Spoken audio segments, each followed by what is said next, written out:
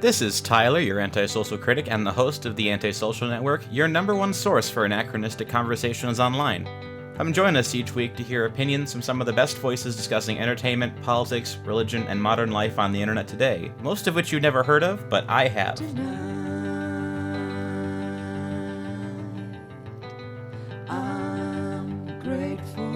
Joining us this week on Antisocial Entertainment is Ethan Collins, a return guest. I don't remember how many times we've had him on now, or at least on the previous iteration of the show, but this is his first time in the video podcast, so how's it going?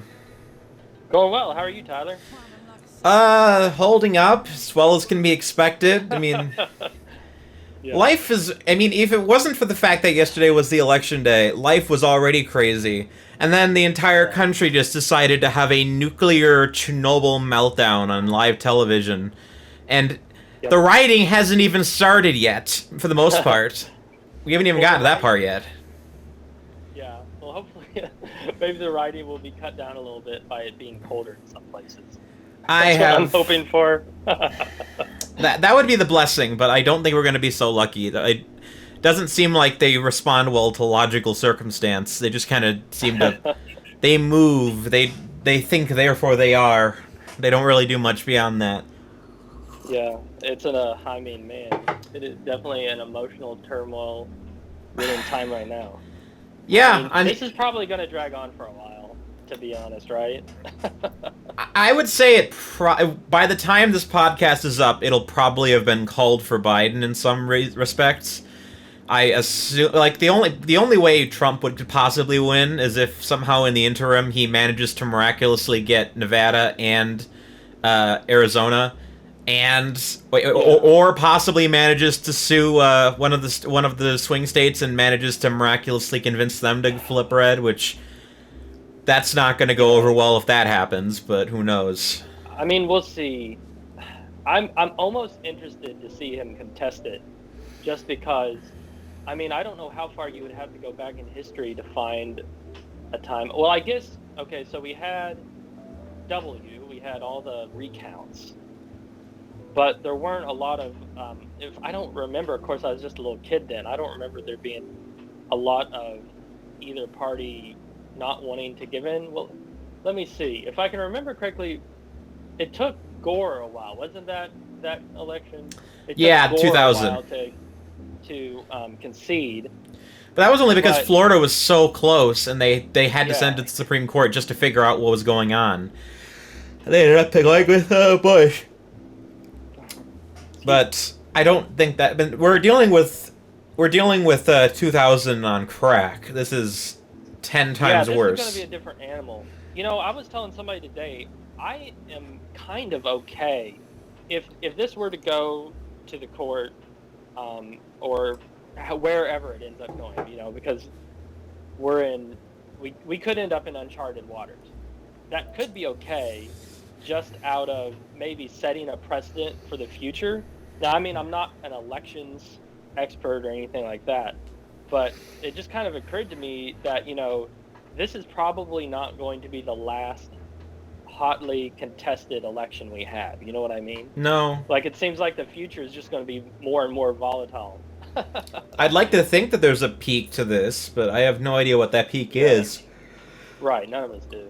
Oh no, I proposed what I call the Richard III option, which is the it's Maine and Nebraska end up going back on their thing and end up splitting the vote, so the vote ends up being 269 to 269. Yeah. Vote gets sent to Congress. Congress votes dead even. Vote goes to the vice president, and vice president. I've heard vice president gets in office regardless of who wins at that point. And in my Machiavellian scenario, Pence picks Biden, and then Pence knocks Biden off of a roof on day one and wins the presidency in the greatest upset in political history.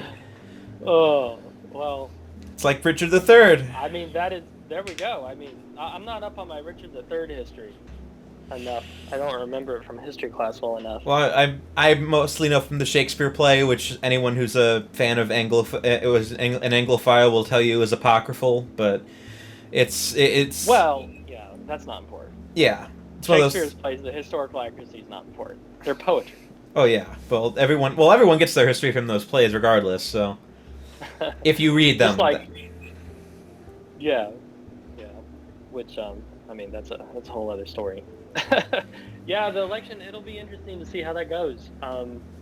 I mean, as I was saying, like, if this ended up setting some kind of precedence to where everything could be done in a very, like, legal way, you know, through lots of checks and balances, then that could be a good thing for the future. well, good luck with that. Yeah. But What's gonna end up? I'm gonna call here, and if I'm right, someone in the chat has to tell me I'm right. Okay. Biden's gonna call tonight, or whatever day relative to this that this goes up. Probably a couple days from now. So maybe it's Friday when this goes up. He gets called Wednesday night. He goes on a complete victory tour and starts just like bragging it up and like, I've won. America's gonna unify. America has decisively chosen democracy. And the media is gonna go completely nuts, being like, America has decisively chosen Biden, even though there's no decisive element to it because this is the most cutthroat election in the last 2 decades. Yeah, this is close. And they're just gonna keep saying that over and over again until it becomes true. And then the moment Trump starts saying like, well, I want to open up recount in Wisconsin, the first thing that's going to happen is they're going to start screaming, why are you tampering with democracy? Yeah. Why are you asking questions? You lost! Yeah, well, no matter who wins in this, we're going to be dealing with a lot of conspiracy theories and, you know, whether they're true or false for the next 4 years, at least, you know. And then Trump's going to get picked up as a news anchor for OANN. Oh, man. Oh, geez. OANN. Oh, man. OANN was spreading, this morning, they were helping spread one of those, I think they were helping spread one of those things about saying that Wisconsin had more votes than they had registered voters. Did you see that one? I've seen it. I mean, I've seen people go back and forth as to that, whether that's accurate or not. Although, apparently they have like 90% turnout, which is kind of crazy. But that is odd. I mean, I'm not saying there's nothing suspicious, but I mean, in order to believe, I mean, you have to believe that the suspicious stuff is only happening on one side, you know, and the other side is pure as the wind-driven snow. Yeah, I mean, for that to really work. That's the weird thing. Like, I've heard the left make accusations of Republican voter fraud, but I don't hear it that often. Like, I remember back in 2008, everyone was saying like, "Oh, they rigged all the machines in Ohio so that they couldn't they keep it," and then everyone and their mother always jokes that the 1960 election, all the dead people in Chicago voted, and that's why Kennedy won. But but it's kind of hard to track that down in any reasonable way. Right. It's all conjecture, usually. Like, I'm sure it happens to some degree, and I'm sure it does happen on the right, too, but it's where the Democratic Party doesn't point it out as much as the right does. And then the funny thing is, the Democratic Party, the one thing they always say is, like, oh, Bush did an investigation in the early 2000s, and they found 15 cases of voter fraud among 10 million voters. That means that there's not a problem at all, and you should never bother investigating it ever. I'm like, nothing okay, I get... That doesn't sound right. Yeah. I mean, here's the thing. I mean, this kind of stuff has been really happening since the beginning of the process. And I mean, even... I mean, I don't know. Like, you would need someone who is more of an expert in some of the political history, like the election history and just election politics. But I mean, you read about it in so many old elections. I really do think we probably have a lot less now in the last maybe even 100 years than we did in the 1800s, for instance. But I don't know. I mean, either way, it's kind of just like you're kind of just thinking about it. I mean, there's no hard evidence for kind of like either side. Yeah. Not yet. It's very circumstantial, although I think that there are... I remember when I woke up this morning and every single swing state had gone for Biden, and I was like, what?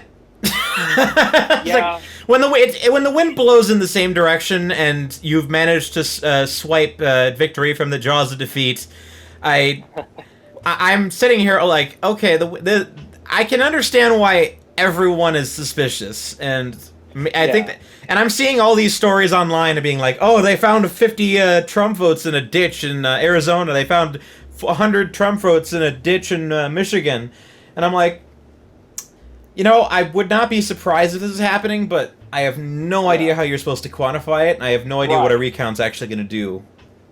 Right. Well, here's in my opinion, I mean, saying something like that is such a serious accusation that you need to be able, especially if you're a news organization, to back that up with some kind of evidence.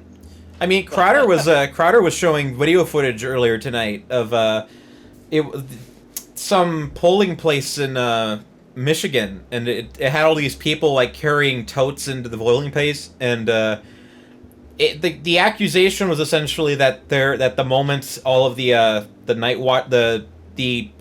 judges left the election place, they just started carting in like entire barrels of votes, and that's what caused the massive shift all of a sudden. But watch the footage; it's really hard to tell what's happening, and it's really hard to say for sure that that's exactly what's going on in that footage. And I've heard a bunch of anecdotal stories of people saying like, "Oh, had me sign Sharpie on my thing, and it voted for Biden suddenly." I mean, yeah, I heard that. I mean, some people were calling that Sharpie. Yeah, that's a good name. That's funny, but that is funny. I don't know. I'm inclined to think that there's a lot of shenanigans afoot, but I really can't put my finger on anything specific. I just have this sinking sense that Biden's not earning the win in some way, or that something is rotten in the state of Denmark, if you will. Yeah. I mean, it does seem to me that the way the election is going does seem to be representative of how the country is divided right now. Yeah, I mean, just the fact that it's as even as it is, I think that says a lot. Like, I forget who pointed it out, but someone pointed out yesterday that the fact that the election... It was Jim Garrity this morning. He pointed out that the fact that the election has gone so close effectively means that the American people have repudiated both the far left and the far right at the same time. Hopefully. They basically... It's a message basically saying, we reject everything you stand for, and we're going to send everything we have out to stop it.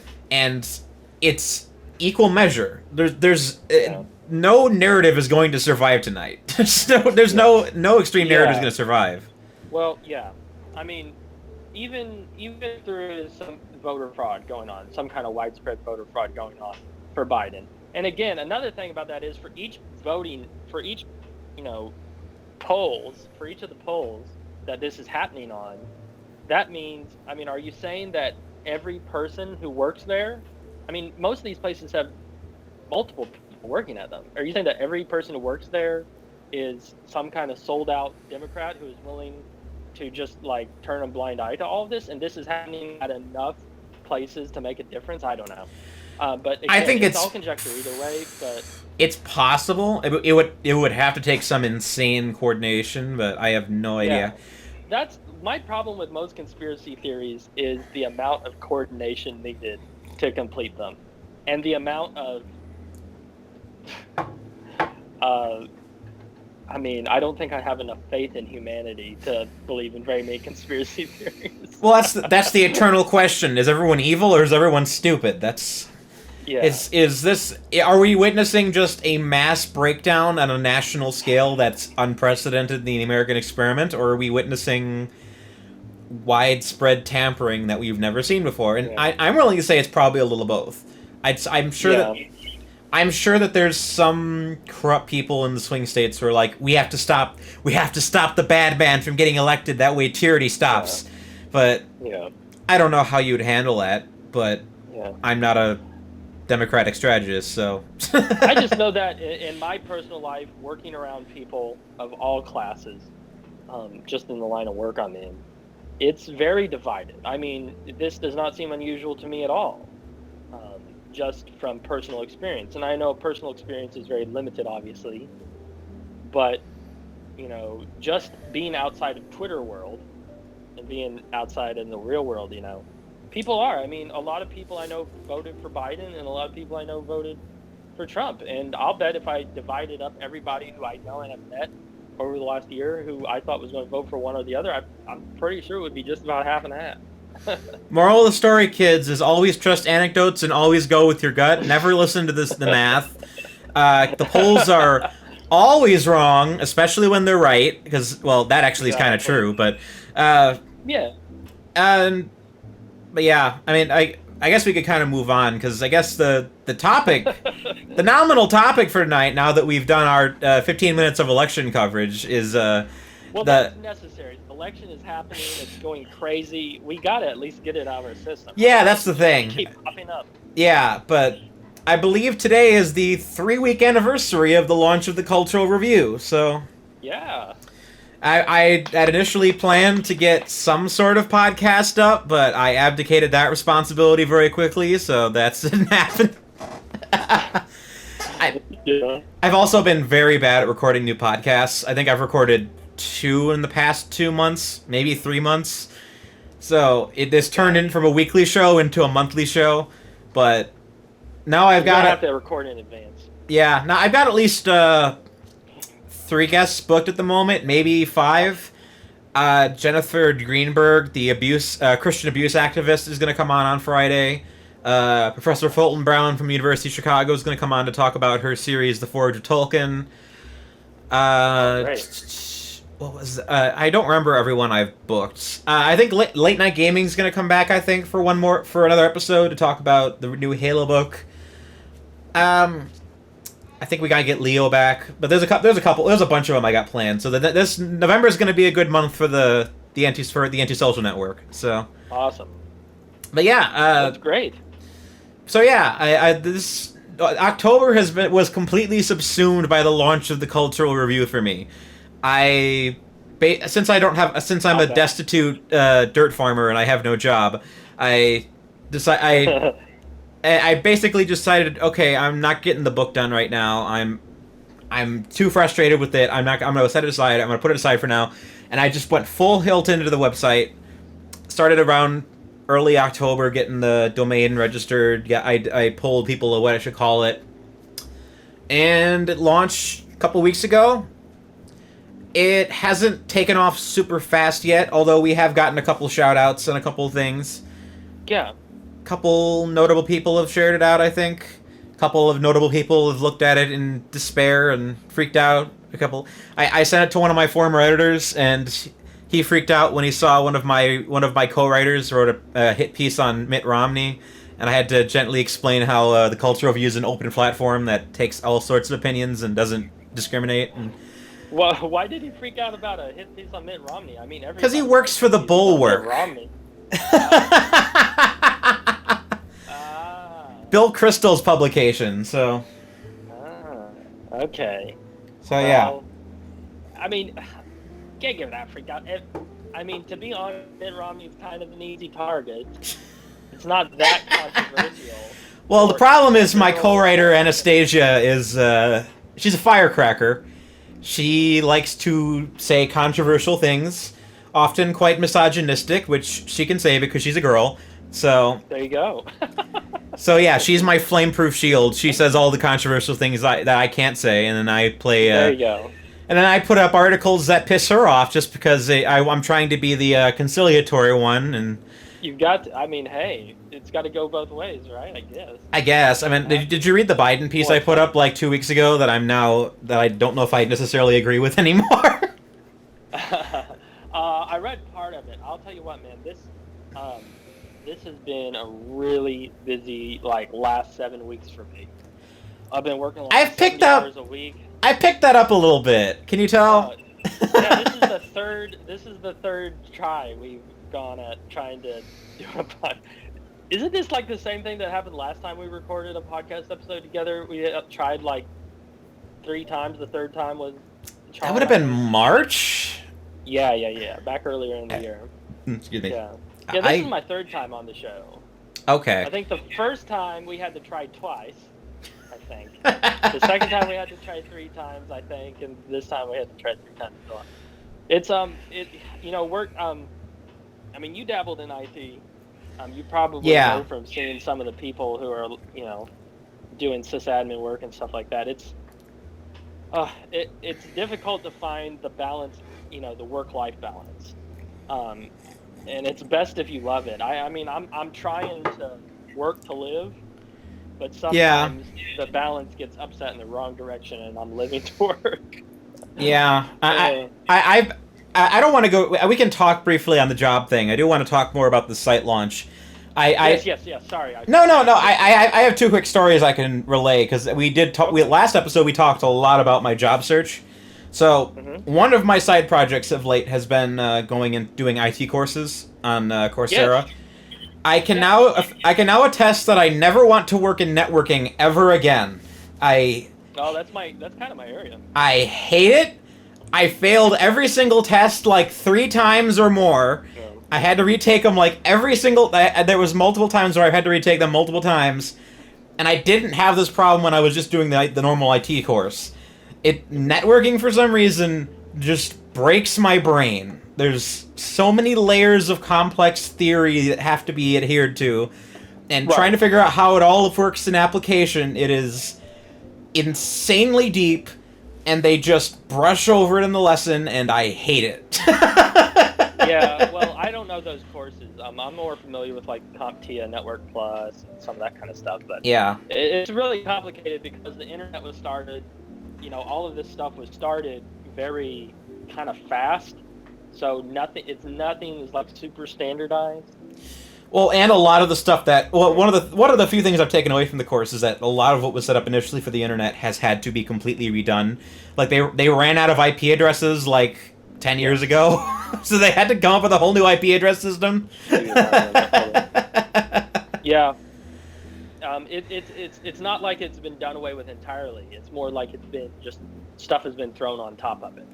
Yeah, pretty much. I can't imagine that works all that well. Yeah, I mean it works. It works. Okay. Works. But we can get back around to the Cultural Revue though. Well, I did have another quick story to relay. So, okay, yeah, awesome. So I've been kind of preying on what exactly I'm supposed to be doing with my life. And obviously COVID kind of throws the I said the C word, I'm going to get demonetized. That just kind of throws a wrench into all of life at the same time. So so for about 7 months I've been sitting furloughed. I'm like, okay, my job's probably never coming back. I got to come up with something new. So just as I'm starting to set out to get the Cultural Revue launched, I looked in my LinkedIn for the first time in months, and there was a job posting for a Christian audiobook publisher near me, half an hour from my house, and they were looking for an assistant audiobook editor, and I hit the floor with glee because this is the job I've been waiting to find for 5 years. Working in Christians, working with my actual degree, working in audio, working half an hour from my house. And I was just so elated, this is perfect. And I sent an application in, and they interviewed me the next week. And that was 3 weeks ago. And I have not heard hide nor hair from them since. Have you called them? I've emailed the guy twice, and I called his office once. And I sent him a thank you note when the day of the interview. So I'm just kind of sitting on my thumbs right now, being like, God, why are you teasing me like this? What are you doing? This isn't like a Job situation where you're destroying my house and friends. This is you're making me sit in thy house for 8 months at a time. What is the point of this? I'm just sitting here how do I approach the situation? Because this is the thing I've been praying for 5 years. So I don't know. I'm just I'm really hoping this job comes through, because if it does, I can put a lot of my worries on the back burner for a while and just kind of get into a job I know I would enjoy doing. But Yeah. I'm just sitting here like, this is it. They may never call me back for no reason. I'll never know why. But I mean, yeah, the job search is always difficult. It's never easy. I mean, for every job I've ever gotten, I mean, I've applied and, you know, had part of the process with many more. So yeah, I feel for you, man. and that's one of those things too. Like, what is the proper etiquette though? Because I mean, I don't want to smack talk them because they seem to be a really good company. They nice on the phone. I just don't know what the proper ethical thing to do in the situation is because I don't want to just bombard his phone.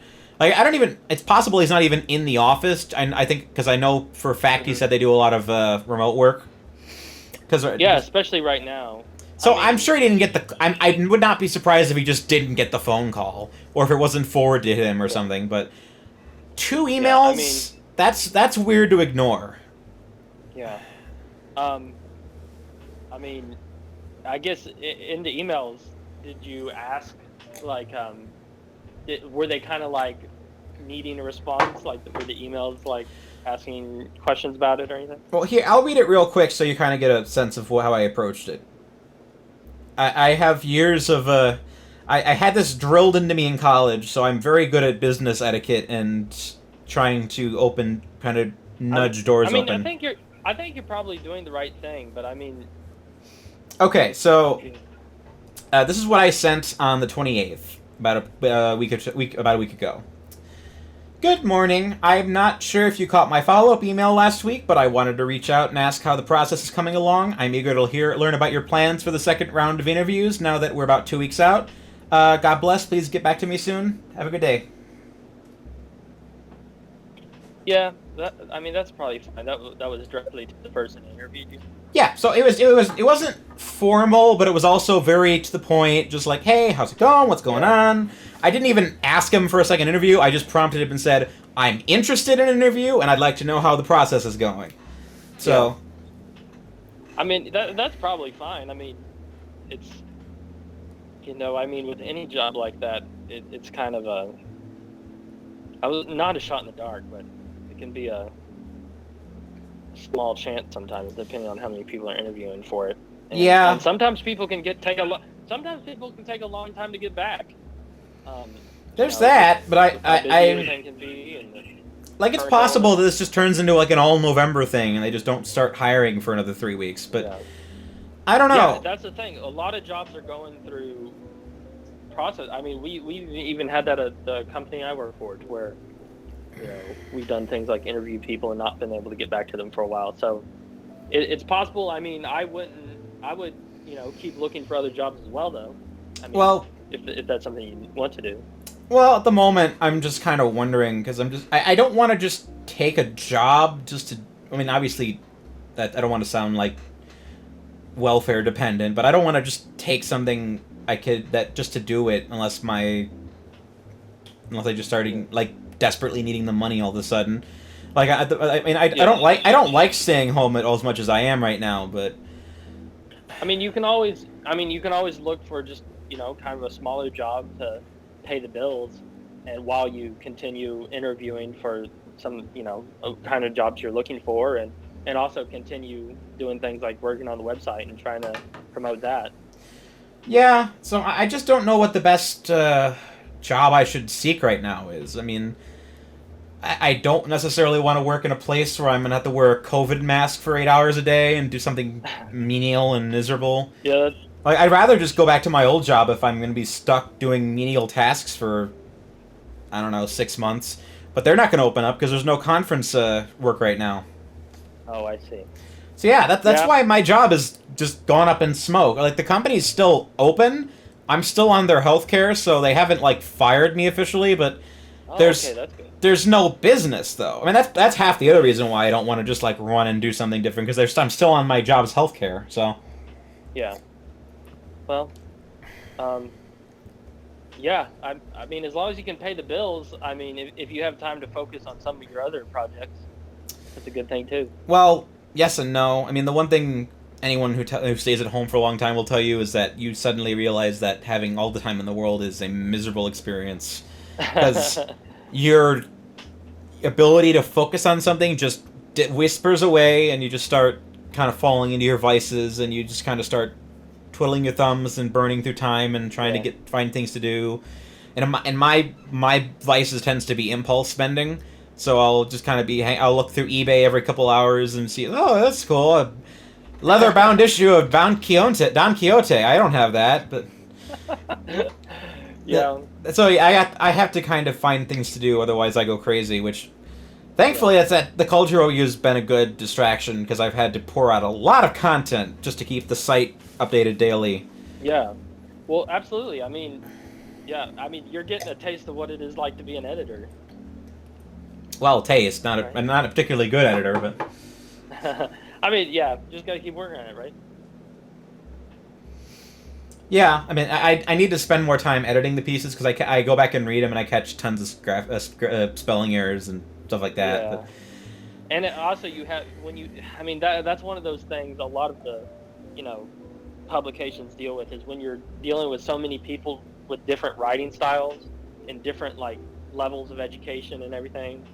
I mean, it can be difficult. Even when I'm just writing my own stuff, I go back and find errors all the time. But, yeah, and depending on where you write, they'll editorialize somewhat. I mean, that's half the reason I just started the Cultural Revue, is because I wanted a place where I could just kind of go off. I mean, I've definitely felt limited at some of the other websites I've written for. Not that any of them are bad. Like, I will say this a 1,000 times. Every website I've written for, with possibly one exception, has given me tremendous editorial freedom.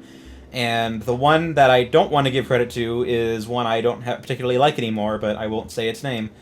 But yeah, and I miss Rebler, though. It's still sad that they're gone. But oh man, we really do need something to kind of fill the place of Rebel. How did they say it? Rebeler. I always thought of Rebeler.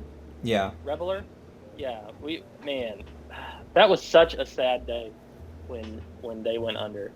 I mean, they were really filling a niche that nobody else was really doing, like in that particular way.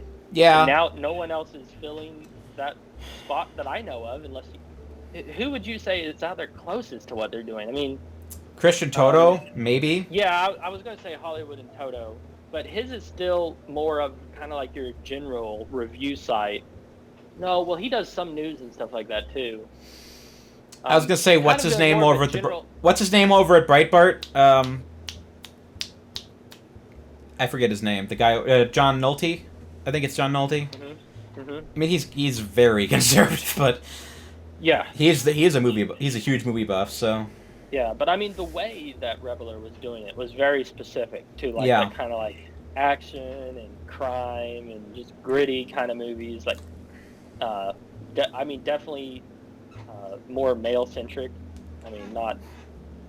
It wasn't exclusive or anything like that, but more that kind of testosterone-fueled movies. Yeah, kind of thing. That's a hard niche to write for too, because you have to kind of be in the right mindset to kind of make that work. Well, it was specific, and I think that's what helped it take off right away, like it did, is how specific it was and how there wasn't anybody really doing that anymore. I mean, I think if you look back, like maybe the 60s, 70s, the 80s, maybe you can find people doing some similar stuff like that in like print maybe. But kind of just like how Fangoria was, right? For horror. Yeah, I mean, they were. That's what they were trying to be. They brought back Fangoria briefly. They brought the brand. Now someone else owns it. I don't know who, but they restarted it, and I started getting emails from them. And I was like, screw you! I don't want to work with you. You guys abandoned Rebeler. Like, yeah. I mean, I get. And I don't. Do you know what happened at Rebeler that made them had to shut the doors? Yes, I know what happened. I don't really understand why that everybody had to shutter, but I do know what happened that set it off. Yeah. Well, the weird thing is, I don't know what's happening at Cinestate, because Cinestate's gone dark, but they aren't. They aren't technically gone. They haven't announced that they're shutting down. They haven't stated that they're not making any more movies. As far as I know, Zahler's making a 4th movie with them. I would imagine the film projects that were going to be released under the Rebler name got moved to Cinestate, but I don't know. I think that when the sexual abuse stuff happened, Dallas just had to put something on the fire to get people off of his back. So he had to go quiet, see to it that no one is going to ask questions, and make it sure that the most controversial part of the business, that was Rebler, even tangentially, that there was they could feed something to the mob so that the mob would stop going after the Umbrella Corporation specifically. And it kind of worked, but at the same time, I think it's destroyed Cinestate's reputation. If they make another Zayler movie, there's gonna be a boycott campaign, because people are gonna say, "Oh, you're making a movie with the studio that likes rape," and yeah, and I mean, it was a shame, but even wasn't David Lowery associated with that guy? Like, I'm pretty sure he was. Yeah, he worked on A Ghost Story, but that producer is like a mega producer in Texas, so he's worked on a lot of movies. And even David Lowery's movie we don't know when that's coming out either. Green Knight. I don't think he was associated with that movie though. The producer wasn't. Yeah. But that's a whole other rant. I'm still furious that the Green Knight's probably not going to come out for 6 more months. Oh, I was so excited for that movie. It looked so good. Like, there are so few good Arthur movies, like Arthurian legend movies. Yeah. I mean, even the best ones that you can think of aren't like great. Let's see. I know a few people that live and die by Excalibur, but that's Excalibur is its own thing. I mean, some people might classify that as a guilty pleasure. It's that John Borman, right? Directed it. It might be. I don't know. I don't think anybody could call it great, though. I think I could see it being someone's favorite movie, but I don't think people calling it a great film. It's fun, that's for sure. But I have a lot of King Arthur movies, but I wouldn't call any of them really great. Maybe the parody ones, but that's about it. Well, yeah, like Monty Python, right? Yeah, but that's the thing. Like, if Monty Python and Sword in the Stone are the best you got, then the genre is not holding out very well. Yeah, I mean, even Robin Hood has its own great movie, like in the the 30s one. But King Arthur's, yeah. But anyway, we keep getting taken away from yours. Yeah, I mean, I just kind of searched King Arthur movies real quick. I tell you what, for kids movies, that The Kid Who Would Be King was actually pretty good. Oh, I dug that. For kids movies. I wish that did better. I mean, I like that director. Yeah. I mean, it's kind of. I'm not surprised it didn't do well. It's an original movie. It came out last year. Original movies don't do very well anymore, and movies aren't going to exist in 6 months. So there you go, figure. Yeah. I hitched my cart to the wrong career horse. I mean, movies will survive. Movies themselves aren't going to die, but Hollywood, could that die? I mean, it's possible, I suppose.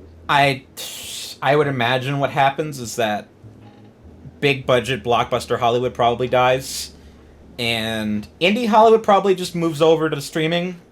But I think the big budget people like Scorsese and Tarantino, I think they're probably not going to have a career once that happens, because we'll see. Because I mean, Scorsese's new movie costs like $200 million.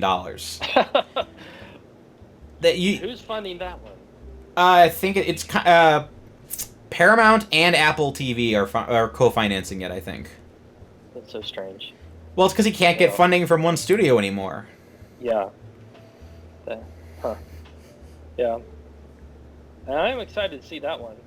Anyway, regarding the Cultural Revue, you wrote our review for Tenet, which I like that review a lot. I think that movie got a lot of negative attention towards it. I don't know exactly why. And when I posted, when I tweeted about it, the few responses that I got were mostly negative when I shared it. But yeah, I mean, I feel the same. I mean, even after rewatching it, I feel the same as I did when I wrote the review. I think it's a really good movie, and I do think it'll eventually get its own rehabilitation campaign in the future. Whether that happens as soon as it comes out for streaming and physical and digital and all that or not, I think it probably will. It might turn into one of those kind of like cult classics.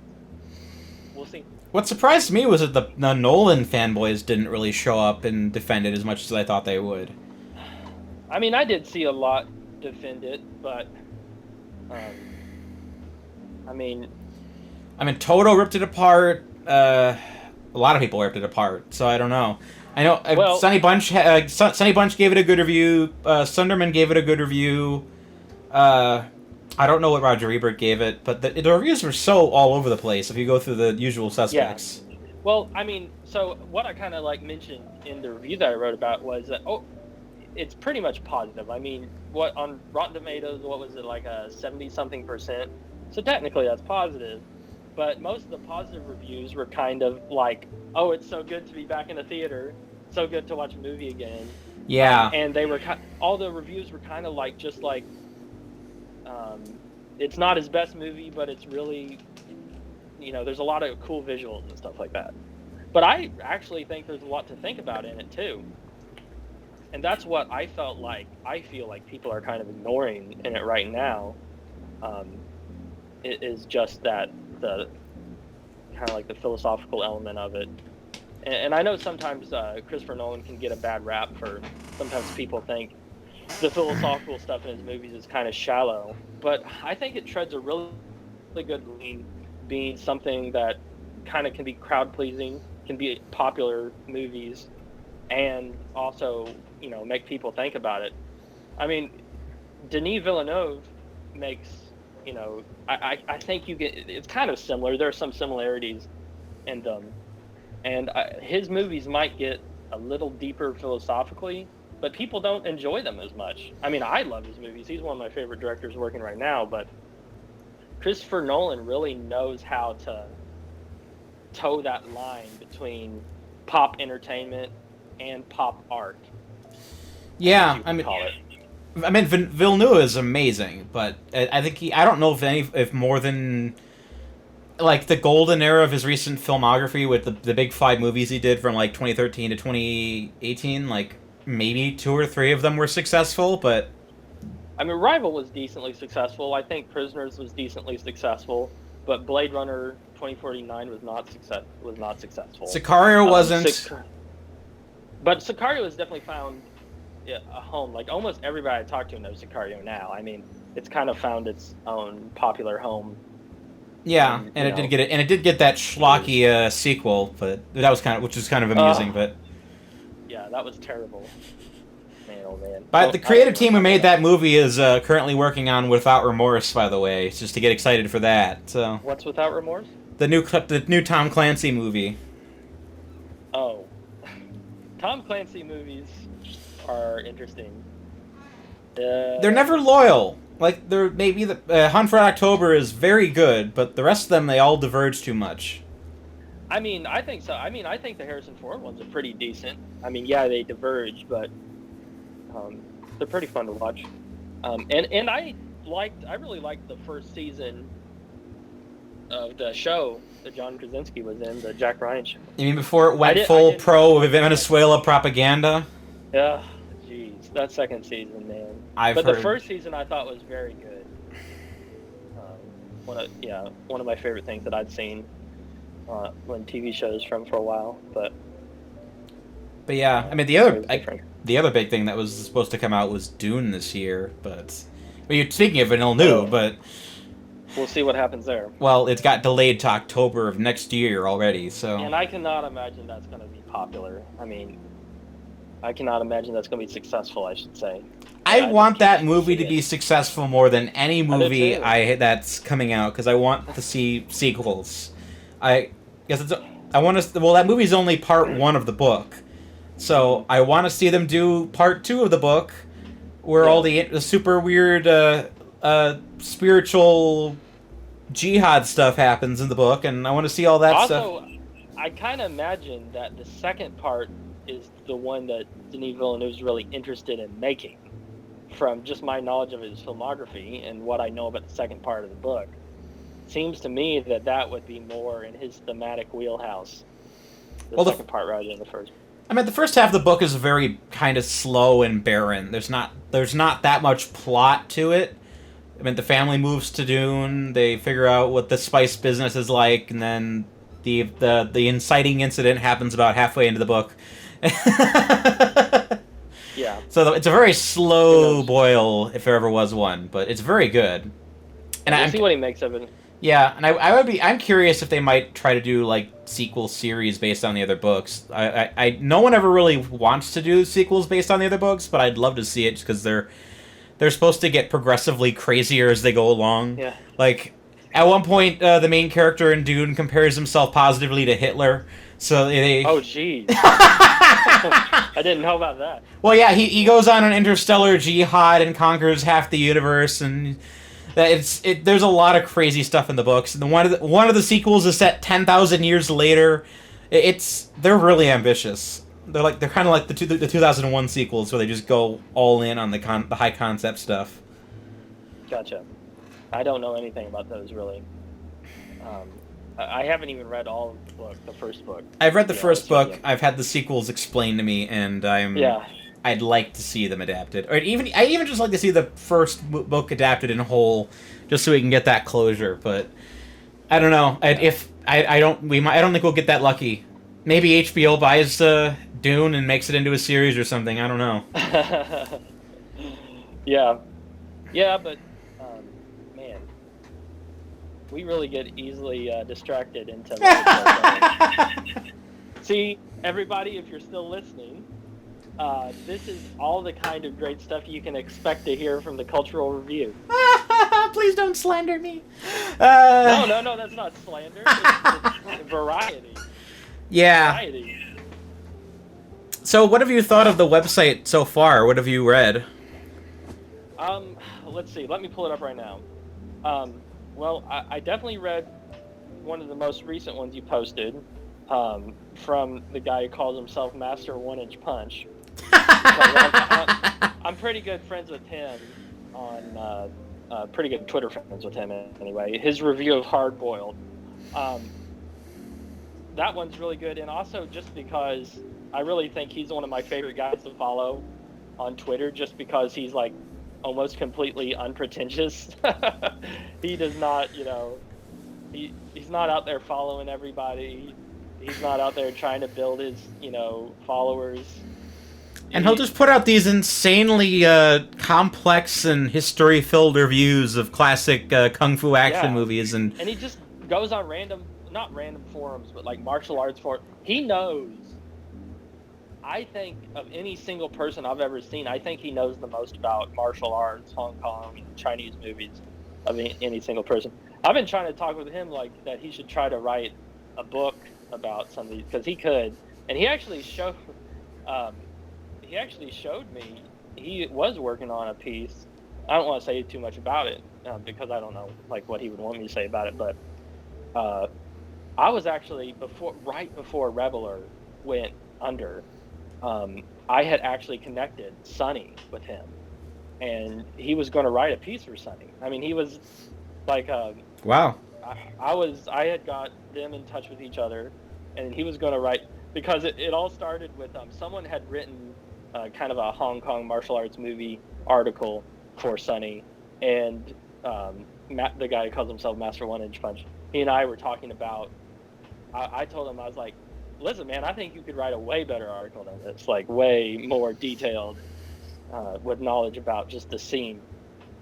So yeah, I mean, I would encourage everyone to read that if you're at all interested in Hong Kong films, martial arts films. That's a good review to start with, and the world of Hong Kong films is very interesting. I've never met someone with such an encyclopedic knowledge as he has. Yes, exactly. That's what I was trying to get at. Yeah. He's got a piece on your blog too, with his like the 50 movies you need to get into if you want to get into Hong Kong movies. Yes, and he shares it out every once in a while, but it's called, I think, Hong Kong Primer. Let let me pull it up real quick because it's really good. Primer, I quote mean, unquote, with 50 recommendations. Yeah. If you're looking, Master of One-Inch Punch's top 50 Hong Kong films, a primer. That's over on my website, theedblog.com. So I do highly recommend it. I really do think, I know it's on my website, so I'm biased, but this is one of the best places to start if you're looking for one of those kinds of articles. I really do think it is. And I've maybe watched half of the movies on there. It's so good. But any of the movies he has on that list, I think most people would enjoy. There's nothing too artsy-fartsy or anything like that. No. And that's another reason I like Master One-Inch Punch, because he's not super artsy-fartsy. A lot of us, including I, can tend to be a little too, I don't know, hipstery or... like lately I've been, as much as I can be into movies, and I've been more into I've been kind of on a Polish film streak, where I've been really interested in that scene, as I've talked to you about. I did take a couple of your recommendations, by the way. Yeah, did you watch them? Not all of them yet, but at least 3 or 4. A couple. Yeah, I saw In Darkness, Katin, Blind Chance, which Blind Chance's ending was just, what the heck, but... Oh my gosh. Well, the Polish director, I used to always say my favorite director was Alfred Hitchcock. And then sometimes I would say Martin Scorsese. But I think now that I can pretty safely say my favorite director is Krzysztof Kieslowski. His Three Colors trilogy is definitely my favorite set of films of all time, for sure. But I've seen Blue. I haven't seen the other 2, but... They are really good to watch. Yeah, but what did you think of those 3 you watched? I loved Katin. I love man. dark movies that leave me feeling terrible. It was great. Blind Chance was a little slow, and it took me a long time to kind of pick up what the movie was doing. Yeah. And I don't know if I necessarily understood what the purpose of the gimmick is once you kind of figure out what the gimmick is. But I'll need to get a copy of it and watch it again just so I can kind of absorb it a little bit more now that I know what the movie is doing. But I think it is definitely better on rewatch, for sure. Yeah, you kind of need to know what's happening and why it's happening. Yeah. And it was definitely, partially it was censored for a long time, I think by multiple, maybe by both sides, the communists and the anti-communists. I may be getting that wrong, but I think it might have been censored by both sides, so it took a while for it to come out. And that was one thing about Kieslowski. He was really hampered until his last few years of filmmaking by, the communist system he was under. And you can tell in movies like Blind Chance, you can see him fighting it.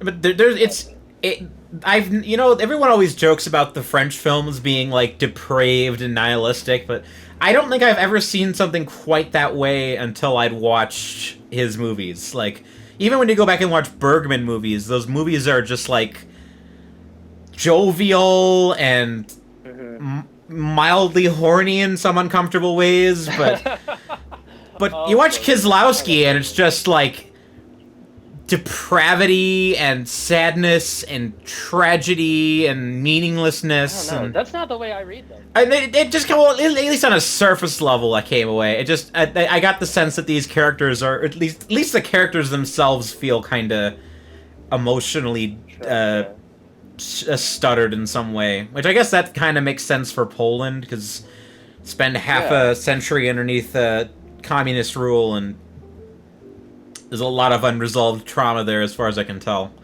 Well, see, that's the reason I've been so into the Polish films lately, is because it's just amazing to me that they have this ability to take all this national tragedy. They were wiped off the map multiple times between the late 1800s and the 1900s, and anyway. And then they were just able to retain this national memory in such a widespread way that you have to wonder, I do not think that all groups of people could do that. There's something about their national character that has that ability, and I don't know what it is. And then they have this ability that I think a lot of Western, well, they're Western too, a lot of like American and English type filmmakers try to do, but are maybe just a little too individualistic to do or something. But to be able to take all these national problems and put them into movies that are very personal, very personal stories, and they're not beating you over the head with the allegory or anything like that. But then when you think about them, you realize just how much they really are about the problems that Poland has faced, the Nazism, the communism, facing the world after that, not knowing how to go forward. It's very interesting. Very interesting. Yeah, I know Scorsese has been a huge advocate for Polish cinema. He's got like helped Kieślowski out a lot. He has like an insanely expensive box set of like his favorite 20 Polish films, and I remember I looked at it once because I wanted to watch a short. I think it was a short film about killing. Yes, that is part. That's kind of a branch off of the Decalogue. It's a part of Decalogue. Yeah, he kind of expanded a couple of the stories in Decalogue, and okay, one of them is a short film about killing or something like that. So that's Kieślowski, or? Mm-hmm. That's Kieślowski. Yep. Okay, that's interesting. But that's I haven't seen it yet, but that's one I've wanted to watch for a long time. Oh, those are good. Those are good. Yeah, that whole set looks really cool. I mean, you can find trailers of it on YouTube, and there's like clips of all these weird Polish movies, and I don't know what the plot is in even, but it looks cryptic and artsy fartsy, and I dig it. But yeah, Sorry, I didn't mean to talk too much about those, but I and, you're now contractually obligated to write an entire piece for my website about Polish cinema. I would love to write a piece for you about Polish cinema in the same way that Master of One Inch Punch wrote one for me. I don't think I can be that expansive, but and of course the Polish film scene is not quite as expansive as the Hong Kong scene either. But did you see Mr. Jones yet? No, I have not seen that yet. And you had a great interview with what's her name? The screenwriter. Yeah. Yeah. Yes. Mrs. Holland. Yes. That was really cool that you were able to interview her. I don't know how she found the review, but she just pointed. I think someone messaged my review to her on Twitter, and she's just like, "Oh, this review is really good," and I just kind of jumped on the opportunity. It's like, "Hey, who want to get interviewed?" I don't think she's got it. Yeah, she did. I always joke, like, you would not believe who will respond to your phone calls when you have the most minimal of credentials. Yep. And I got some really weird interviews for a couple. I don't know if you were watching Geeks Under Grace, but I got some really weird ones, like, towards the end of the summer. Like, I interviewed, like, Jonathan Rosenbaum and a couple other people. Yeah, I saw that, but I didn't watch or listen to that one. Well, I didn't. It wasn't a recorded one. Who did I do the other recording with? Oh no, I did another video one with what's his name? He wrote Myth and Meaning in Jordan Peterson, but Ron Dart. I know who you're talking about. That's right. Yeah. Yep. I did that. And that was an interesting interview because he was 1,000 times smarter than me. I had a very hard time keeping up with him, but it was fun, even nonetheless. So, what are you gonna do? Yeah. I liked the Kanye one that you had on the website, on the Cultural Revue website. That was definitely interesting. I mean, did you listen to the Joe Rogan interview with him? I did. I mentioned I had to rewrite the article a little bit once I saw it because there were a couple things he said in that video where I was like, maybe I don't think you'd be a great president all of a sudden, but I don't know. I just watched that campaign video and I was just smitten with him. So what can I say? Yeah. I'm an easy lay for patriotism and optimism. There is a lot more to Kanye than people realize, I think. Now, like, if you watch that interview, you'll be both, like, impressed and terrified. Impressed. I don't know that he would make a good president. I don't know. I don't think he's going to be president, for one. But no, I don't think he's ever going to be president. He said that next year he's going to try to run as either Republican or Democrat. He doesn't know yet. Interesting. I do, however, think that people like he is are very important to the survival of Western civilization. Because he is trying to be innovative. He is purposely trying to come up with new solutions to problems. He is purposely putting his wealth behind all kinds of interesting engineering, architectural ideas, just experimenting in that way. And politically, he's not the most well-rounded from a philosophical point of view when it comes to politics themselves. But he is trying to find a way to, kind of like figure out what the future is, and also without totally rejecting, the West, the capital W West, Yeah. And I take his Christian conversion sincerely, too. I really think that a lot of Christians and a lot of conservatives, although I would not call Kanye a conservative, should pay attention categorically to no. what he's trying to do. Is he successful? Often no. But then again, the great innovators are often not successful. Will we look back on him as a great innovator? I don't know. I have no idea. I mean, musically, of course, yes, but in other realms, no. But what I think he does have the power to do is inspire people to take his ideas and maybe, take them another step further. So I think people like him are very important. Yeah, I think Jonathan Pedro probably put it best when he did it. He's done a bunch of videos on him, but I mean, with Jesus is King, he's definitely scratching some sort of itch. I just don't know what and to what degree, because I think all of his hip-hop fans are going to be like, why isn't he swearing? I want to hear more jerk-off jokes. A lot of them are. But, he still has his fans. I mean, he's still he's still in the popular realm. But there's, I guess the main point would just be that there's a lot more to him than the meme. Or the memes, plural, that is. But, yeah. I don't want to get into Kanye too much, but I just mentioned that because you have the article. That was a labor of love article right there, and it started initially as a troll, but and then he has that power. He has that power to kind of draw you in that regard. Although the conservative case for Joe Jorgensen definitely turned into a troll. If you've heard that one. Yeah. That one was funny too. Although it was funny. It's funny, like, watching all these sincere libertarians on Twitter and Facebook being like, I can't believe I'm not going to support Trump or Biden. They're both the same. I'm going to support Joe Jorgensen. And I had to explain to my dad who she was. And he's like, wait, who's this? And I'm like, well, there's the punchline. Right there. You don't even know. See, this is the reason, although Kanye tried to run last minute, very strange. He is a popular person, and of course in America, in our system, you need the consent of the governed. And in order to have the consent of the governed, they have to know who you are. That's why Trump did so well. And that's another reason that I'm glad that Kanye run, and I hope he does again, because I really do. Hopefully people's minds can be expanded by that a little bit to be like, we don't have to be locked into two parties that we hate. There is a possibility for something more. Yeah. Abolish the political parties. This is my new radical stance. What's your new radical stance? Abolish the political parties. All of them. Just get rid of them. Make everyone have to run individually.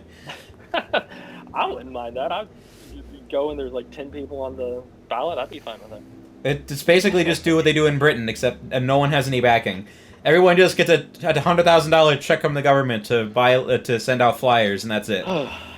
That's it. Nothing else. But yeah, I mean, so there's a lot, and you got at a lot of that in your article, so that was really good. And I love the thing you open up with though. Lift yourself. Scoop. I thought that might be a little too indulgent, but that song makes me laugh, so what can I say? Yeah. That's a good one. Even though the election is over now, or quote-unquote over, you still go read that one. And I mean, of course, your article about rest in peace Sean Connery. I mean, that was... I mean, that was kind of a quick thing. It's not that long. Yeah. I like your In Defiance of the Dark, how observing American culture means celebrating Halloween. Oh, that was by Anastasia. Yeah, I don't want to take her credit for her. She's going to, like, assassinate me if I take her credit, so. No.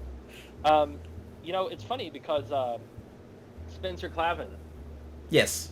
That kind of goes along well with his episode. I don't know if you've heard. I don't know if I heard his Halloween. Is it the Edgar Allan Poe one? I have not listened to that yet.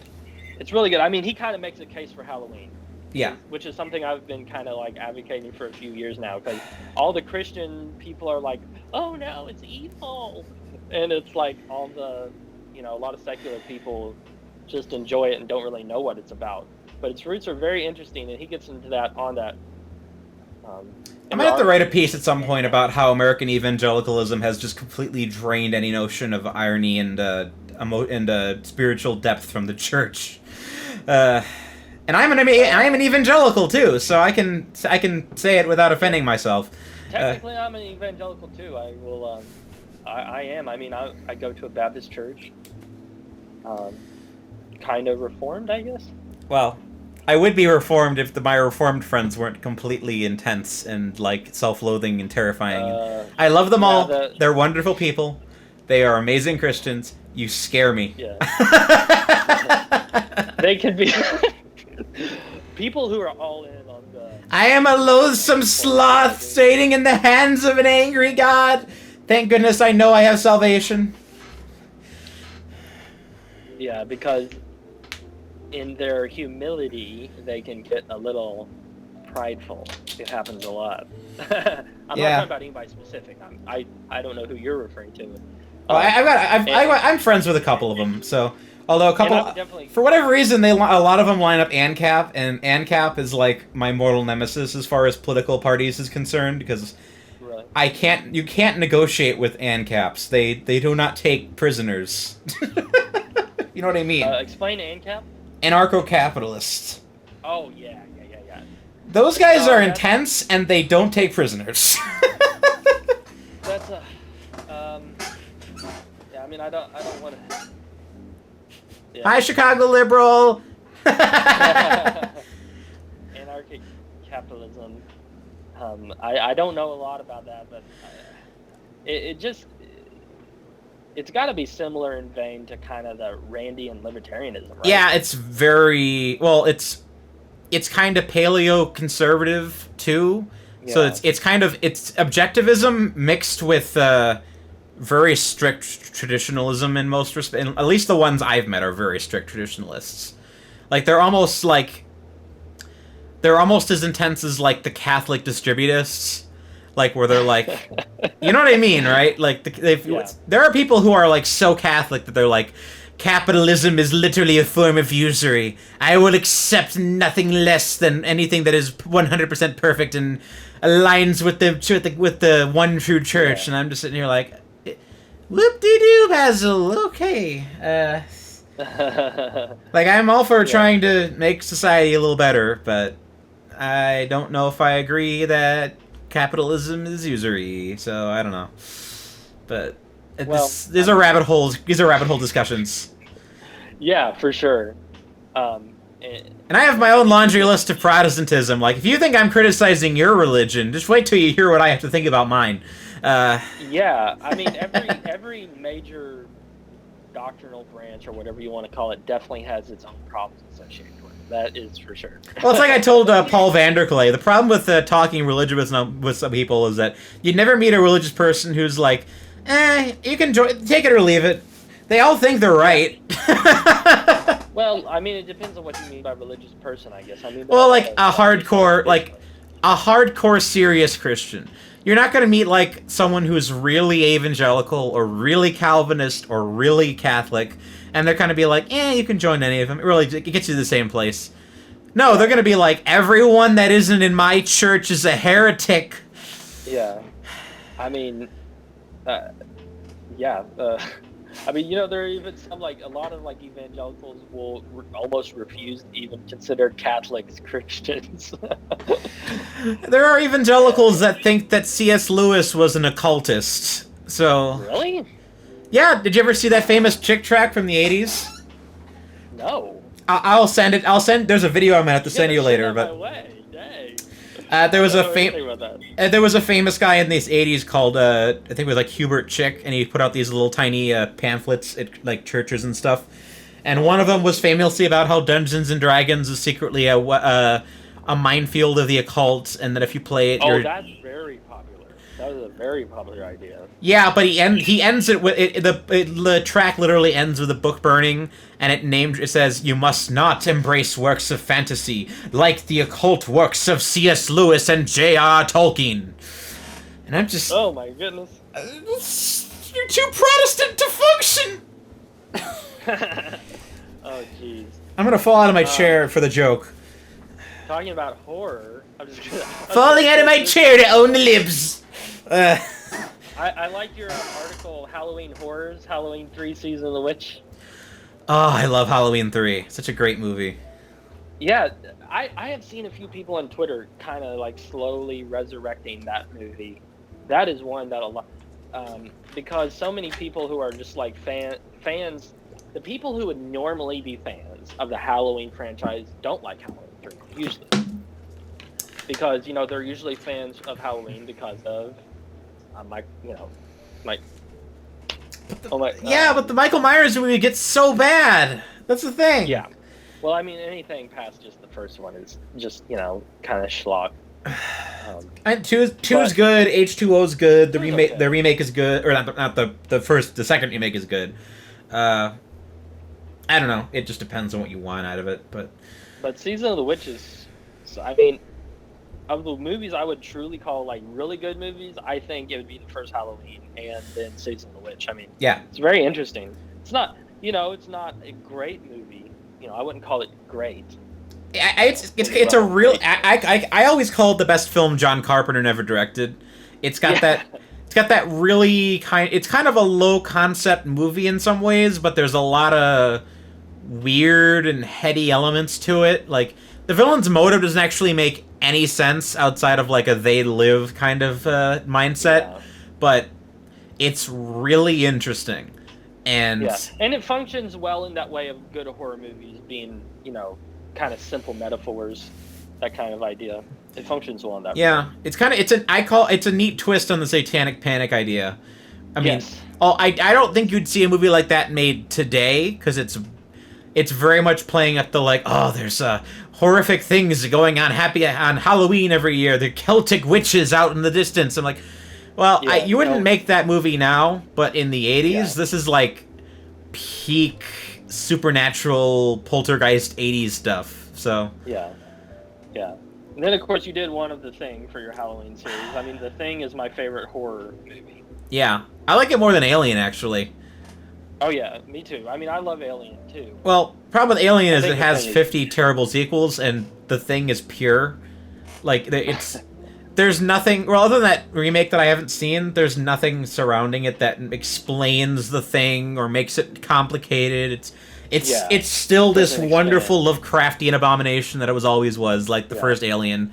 And then you explain it, and it stops being cool, but... Yep. And then, the book review, I like that you're doing book reviews. The fantasy, how do you pronounce that? Fantasties? Fantasties. Which, if you've read The Great Divorce, you're acquainted with the author. Yeah. Well, George MacDonald, I mean, I'm familiar with him from my childhood. I read some of his books. I haven't read much of them as an adult, but I mean, I know that C.S. Lewis was, I mean, just extremely inspired by he name drops him a lot. Yeah. So that's good. The article is a good place to start if you don't know anything about George MacDonald. Of course, the Borat 2. Everybody's got to get their Borat 2 article in. I tried to be fair in that, at least. Like, I didn't... I think you were fairly fair.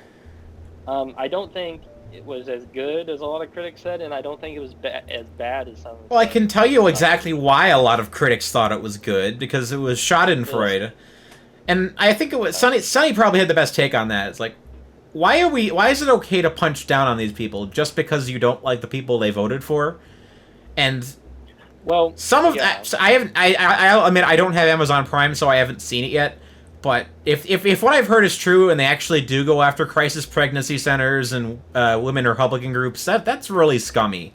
Like, that's not the same thing as going after QAnon types or conspiracy theorists or anti-Semites. Like, okay, I can get why you'd want to go after that type, but if you're gonna be like the John Oliver type and being like, crisis pregnancy centers are literally the worst thing ever, I'm just, that's really scummy. Like, that's not the worst thing in the world.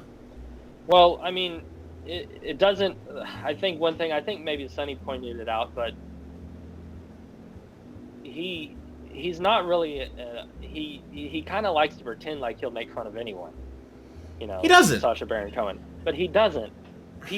You know, it's like only irony allowed. You know, no, if anything is earnest or that's got to be taken down. And I mean, that's one of the major faults with, I don't know if you can call it millennials. I think it definitely started with Gen Xers.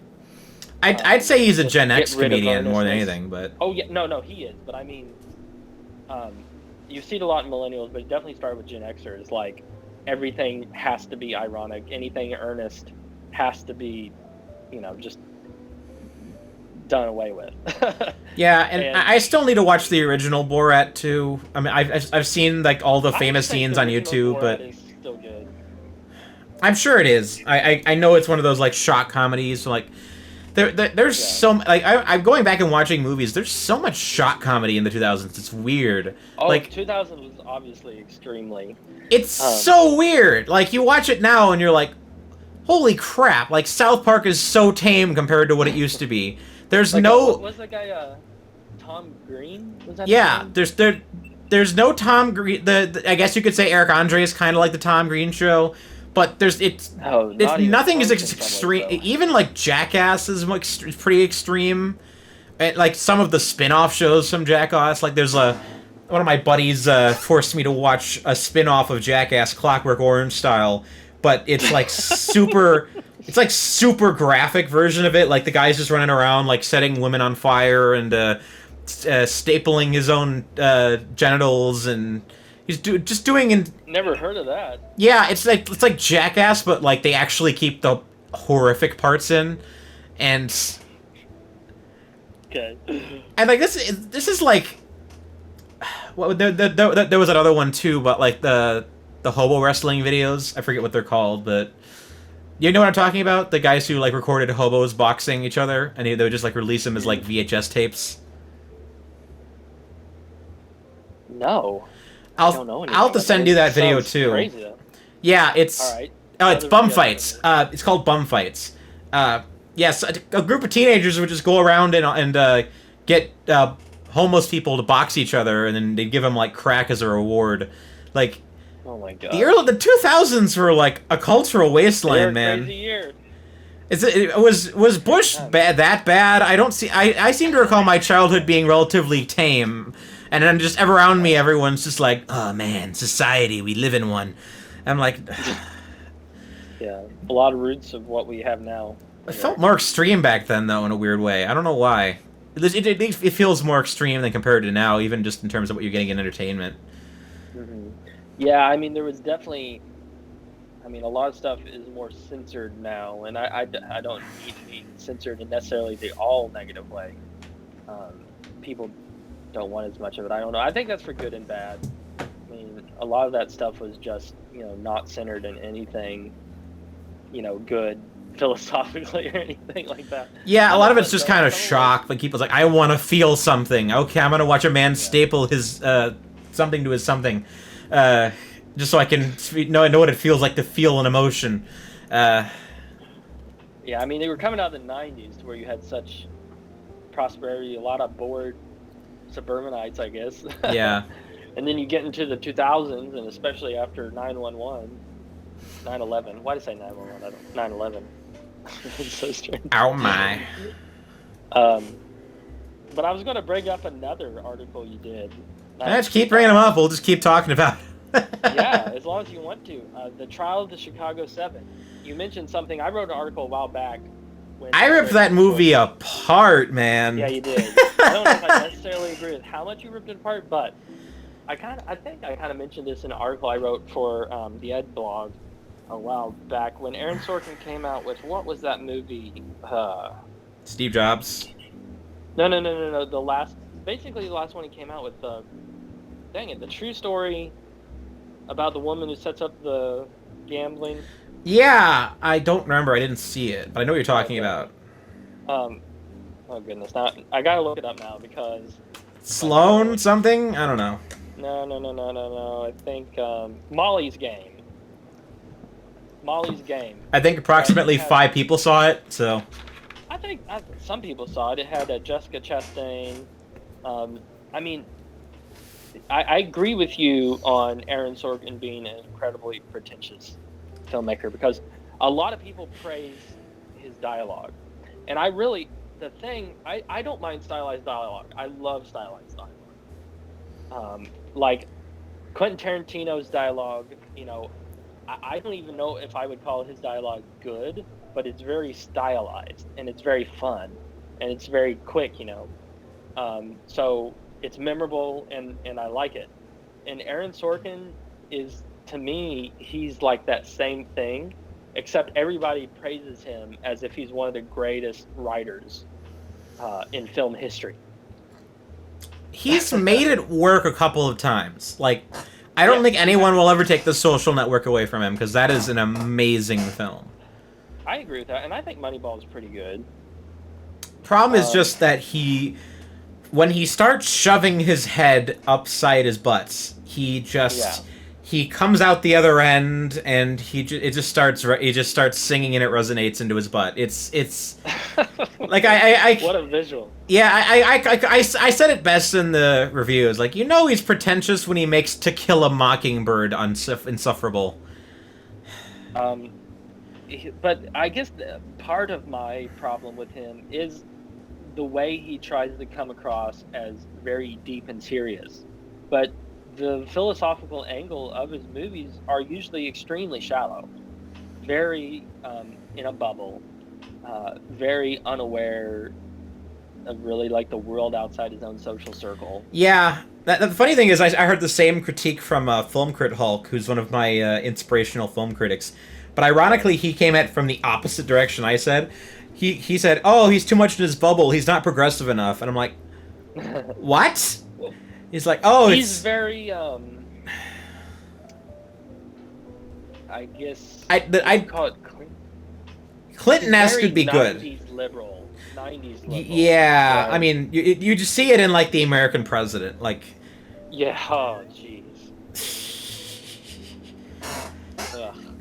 Bill Clinton didn't do anything wrong. Just leave him alone. He's allowed to have a private life. Yeah, that. Yeah, and I don't care for The West Wing either. I know a lot of people think it's one of the greatest TV shows ever made, but it has some good moments for sure. But I will never get off the obnoxious Obama era soliloquy from the newsroom. I will never forgive him for that, because that floated around Facebook for that got shared around for years.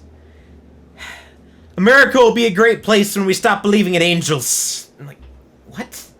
What are you? What is this rant? This is like you're just.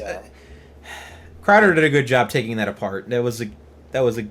I haven't watched that, but yeah, it's just it's not serious about politics. The biggest problem with me is, at least Quentin Tarantino, he's never pretended that he was trying to be. Well, I guess you could. Some people criticize Pulp Fiction as pretending like it's serious, but I think there's layers to that movie. Like it's not. Oh yeah. It's hard to actually know what that film is going for on a first watch. There's a lot there. I love Pulp Fiction. It's funny because my wife, she loves Quentin Tarantino movies, and we watch that one pretty often actually. But to me, it's on the same level. Like, it's too stylized to call it. I mean, for me to say yes, this is great writing. Because when I think of great writing, I'm thinking of Lawrence of Arabia, or The Godfather, or I just about said Patton, but that's another Francis Ford Coppola.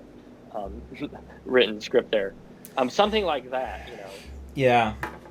Something to where, I mean, I guess I don't have the powers at my disposal at the moment to describe it, but I've always said that my something. hope with Tarantino's career is that the last film he does is like a Woody Allen movie.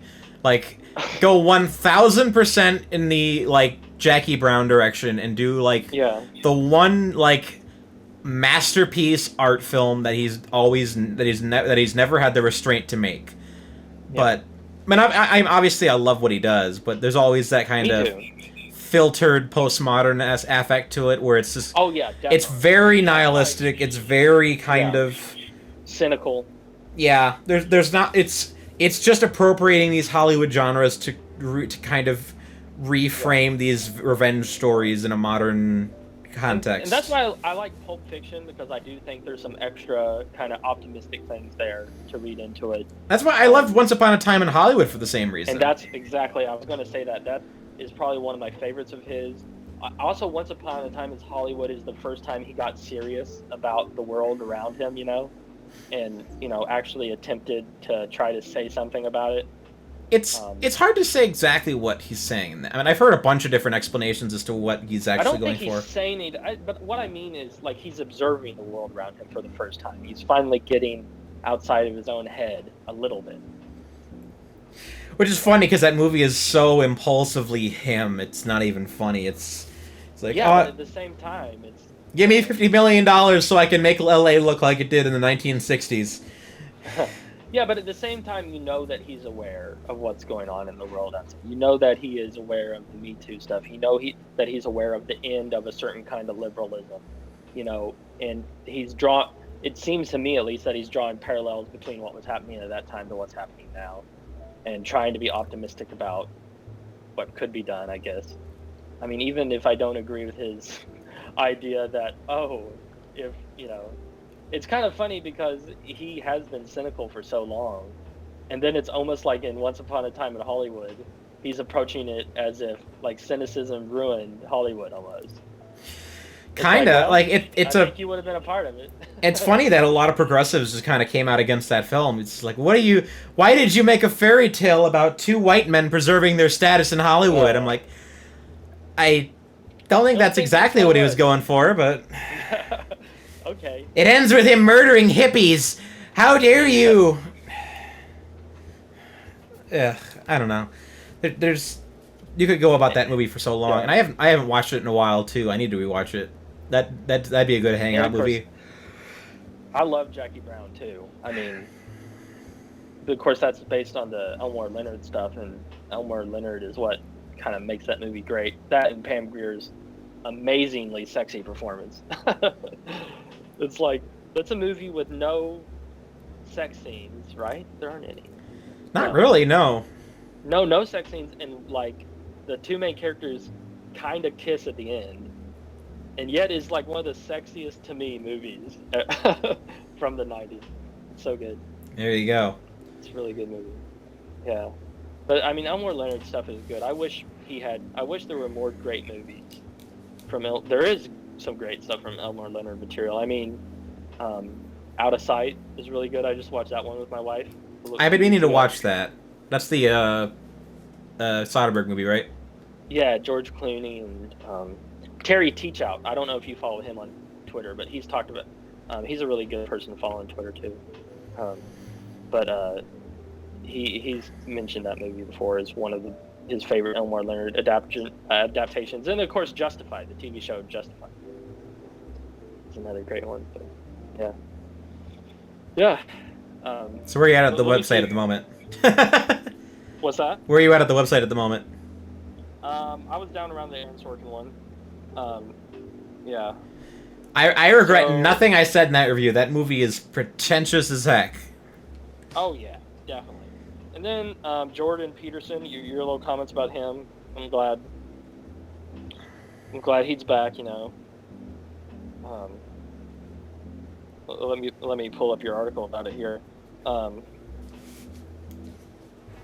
It was really interesting. I mentioned it to you when I was messaging you the other day, but in the Matthew McConaughey Joe Rogan episode, it kind of like, I just realized that Matthew McConaughey is a fan of Jordan Peterson. Yeah, Isn't that crazy. I haven't watched that interview yet, but I was surprised. It's a good one to watch. Another really good one to watch. What was he coming on the show for? Like, what was it? Was he's promoting something, right? I don't think so. I think he has like a book or something he was out. Promoted. I think he has a book. He has a book. Yes, that's what it was. What Green Lights? That's the name of it. Okay. Yeah, I definitely recommend that episode. So he's he's pro Jordan Peterson, and he's like, Yeah, is he Christian? Like, he's Christian, but I would call it more of a liberal Christianity. I mean, he's like Hollywood Christian. Unapologetically, yeah. Maybe a little more Christian than your typical Hollywood Christian, but also at the same time, kind of like, everything's good, man. You can be whatever you want. Everything's fine. Oh my. But I mean, it's Matthew McConaughey, and it is good that he's that way. I mean, but I was just so surprised to hear that he was a fan of Jordan Peterson. A lot of random celebrities are. I mean, he's kind of hit normie status, so. Yeah. His book is in Walmart. Every Walmart I go to, his book's in. The lead singer of Mumford and Sons is like into Jordan Peterson. It's strange. The star from iCarly made a video saying that she likes him. That was weird, but.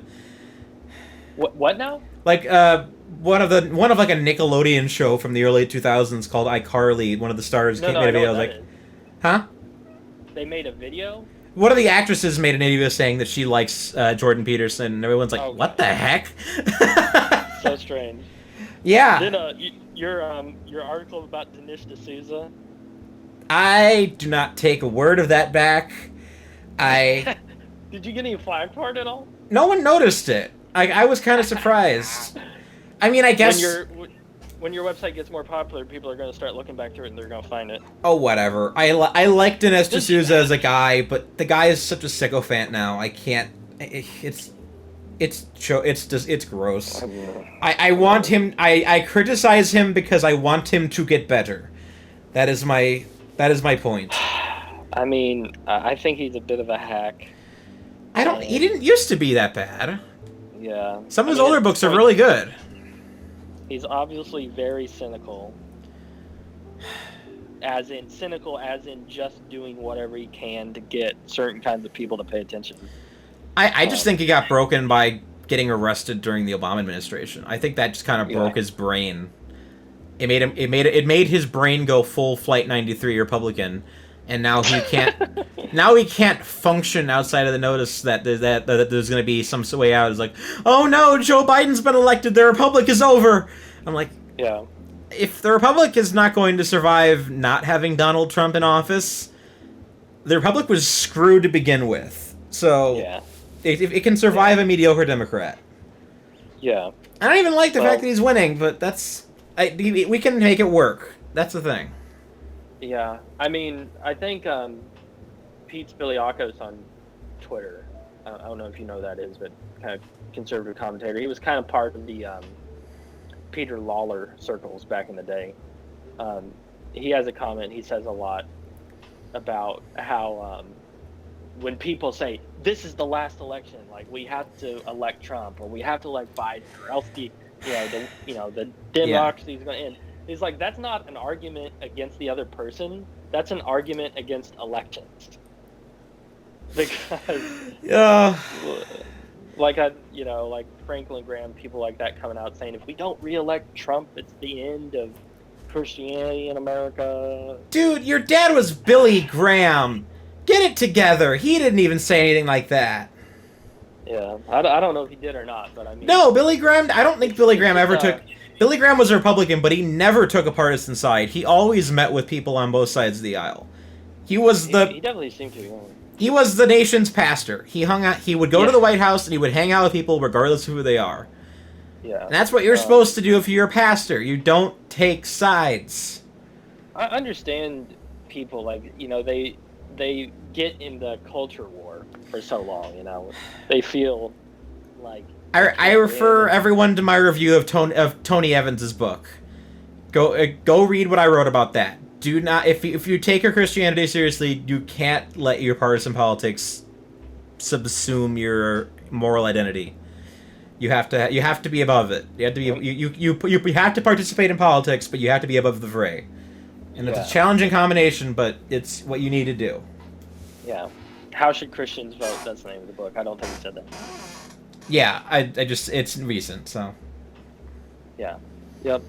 But yeah, I mean, I think I hope you can get more people. I'll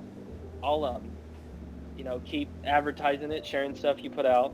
I hope you can get more people to read it, more people to contribute.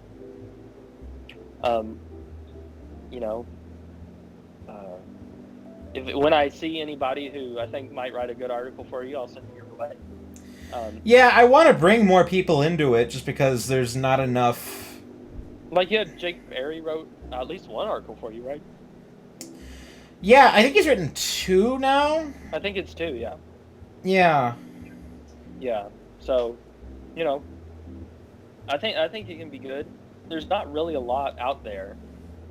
You've got Geeks Under Grace kind of doing some stuff like that, but you're definitely a little more filling a specific niche than that. Yeah, that's probably going to be my curse, is I don't know if I'm going to be able to get an audience, at least not right away. Like, I can't really rely on the Geeks Under Grace audience because I spend more time talking about politics than religion. And I want to fix that. I want to do more ministry stuff on the website. I also realize I have a lot of atheist followers, so I have to kind of delegate that carefully and be respectful and not purposely go out of my way to isolate fans. But I want to at least start digging into theology a little bit and finding interesting things, if nothing else, just because I think that I think that needs to be covered. I mean, the graphic designer who came up with my logo, did you see what's written on the masks? Let me check it again. I think I might have noticed it. Oh, I don't think the mobile version doesn't show it. Yeah, the mobile version doesn't show the masks at the moment. All right. But what is it? Yeah, what is it? If you look very closely at the masks, they have Ephesians 3 written on them. Okay. Yes, I did see that, yeah.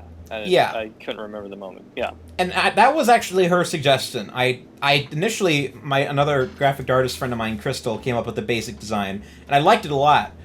And I sent it to the second artist, Megan, and she came back with the more advanced version, and she came up with the idea of putting a Bible verse on it.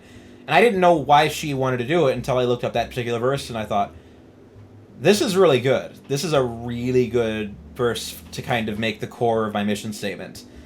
And if you look at the mission statement at the very bottom of the website, I quote the verse in its entirety, just because I think that's right. It's kind of reflects what I'm trying to do with the site, is to try to create a space of building and discourse and calmness and moderation as much as possible.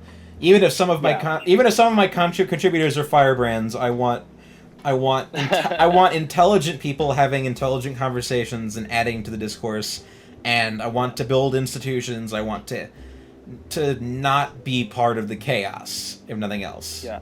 Well, here's the thing. I mean, building institutions that can be serious about the world around us and can approach it in a way that is thoughtful, and philosophical, and not just trying to recreate the old things. We're not just going to be like Reagan conservatives, because that time is over. I mean, the future is here, and maybe the future is murder, like Leonard Cohen said, but we're going into it regardless. So building institutions is going to be so important, and that's why I wish that more conservatives were doing that. It's hard though, because you have to have a certain mindset for it, and it's not a mindset every conservative is well suited to handle.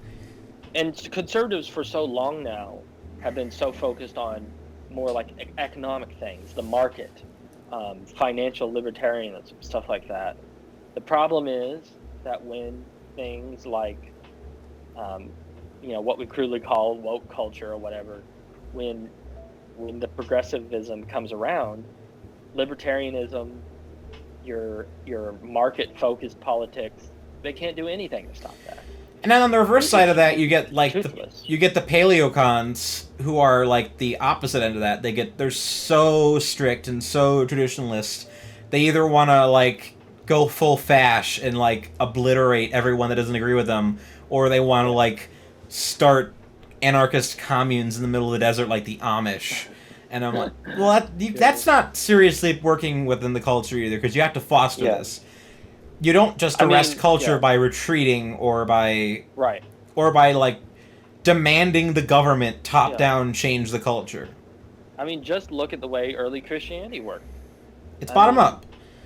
For so many different things about Christianity, you can just point back to the early church.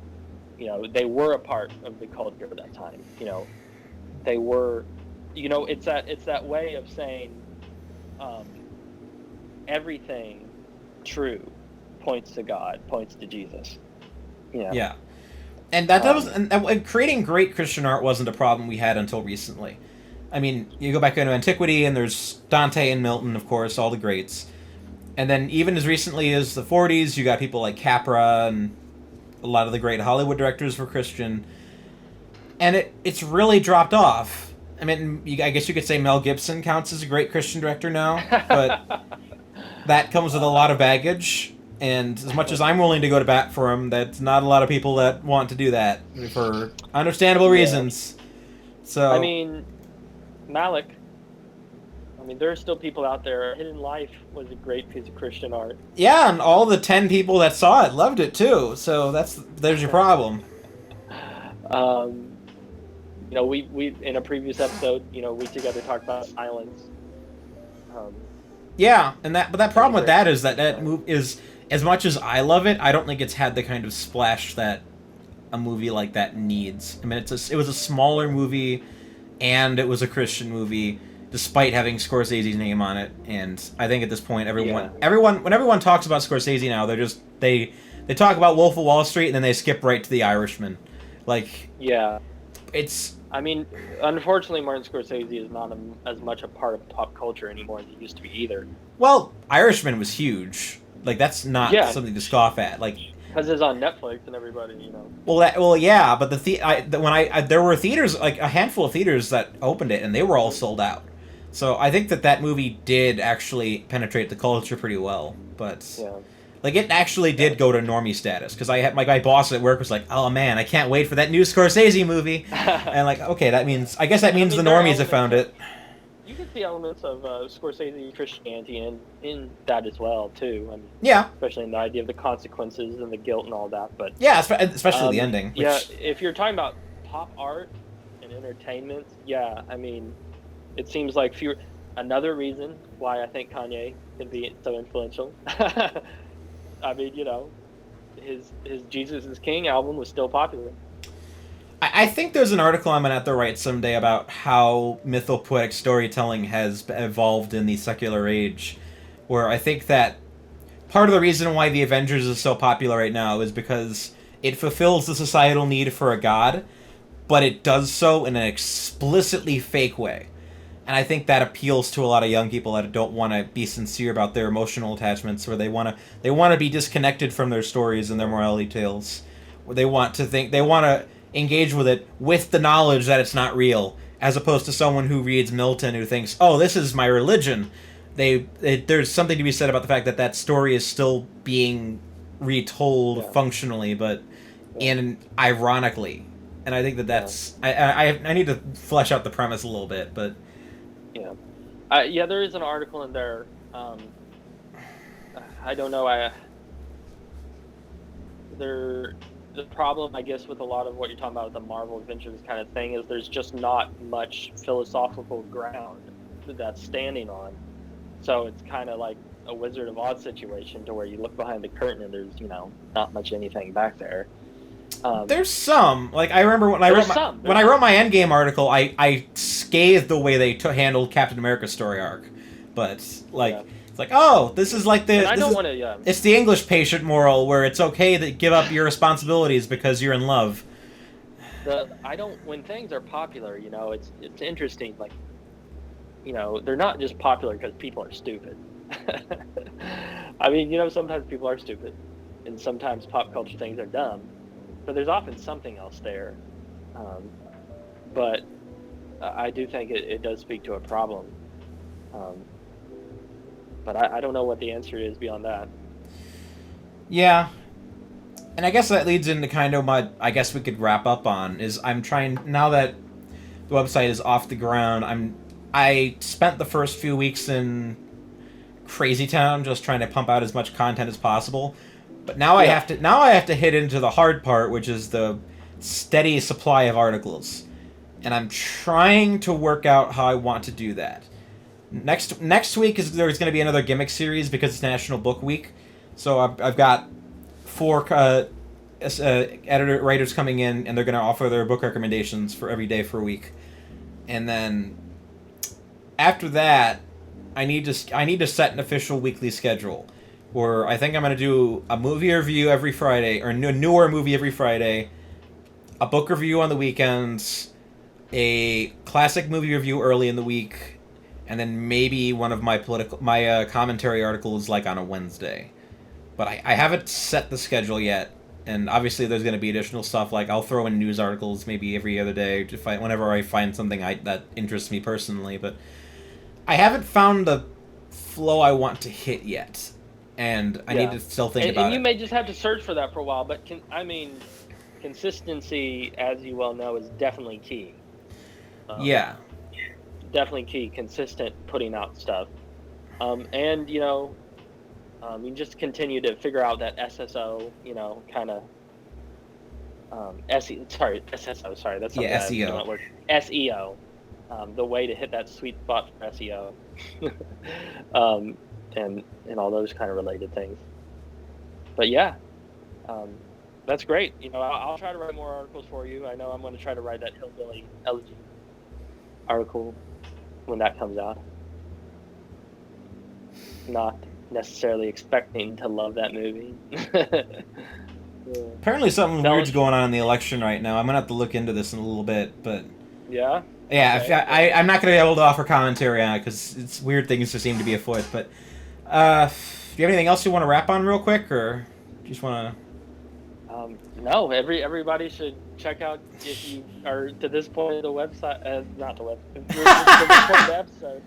It's getting late and it's been a long week. Oh, man. It has been a long week. We need people who are both serious about politics, serious about the world around us, serious about trying to work into the future, and interested in trying to be civil and ordered and even-handed. I mean, unfortunately, those two things don't really go hand in hand very often, and we need that. So I think your website can help fill that niche, and I really look forward to seeing it grow. Well, I hope it catches on with someone. Everyone go support. Everyone go give me money on Patreon so I can write daily content, and I will. There you go. If I get $1,000 a month on Patreon, I'll write 2 articles a day. I promise. But. Well, good luck with that. Yeah, that's the dream. But yeah, thank you so much for coming on again. Have a good night. Yeah, absolutely. Have a good one. The AntiSocial Network is a Groupthink Productions podcast. Editing, producing, and hosting are by Tyler Hummel, artwork by Crystal Cowley, and original music was composed by Melissa Lafira and the late Dan Smolla. Like, subscribe, and please let us know what you think about the show in the comments below if you'd like to see anyone interesting be a guest on the show. Thank you for listening.